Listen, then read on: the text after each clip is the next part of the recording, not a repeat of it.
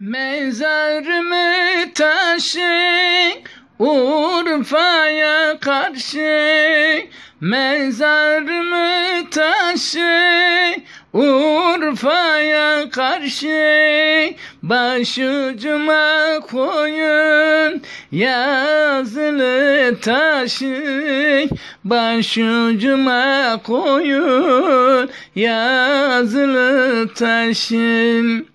Üstümdeki çimenler gözümün yaşı, üstümdeki çimenler gözümün yaşı.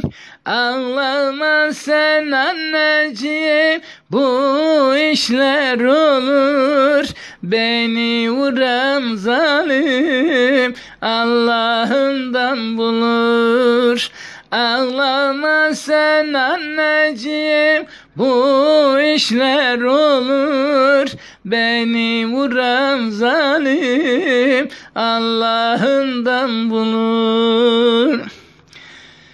Mezar arasında harman olur mu? Mezar arasında harman olur mu? Kalma yarasına melhem olur mu? Kalma yarasına melhem olur mu? Kalmayı vurandan vicdan olur mu?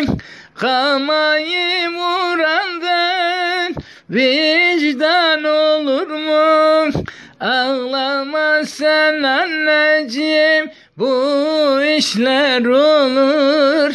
Beni vuran zalim Allah'ından bulur.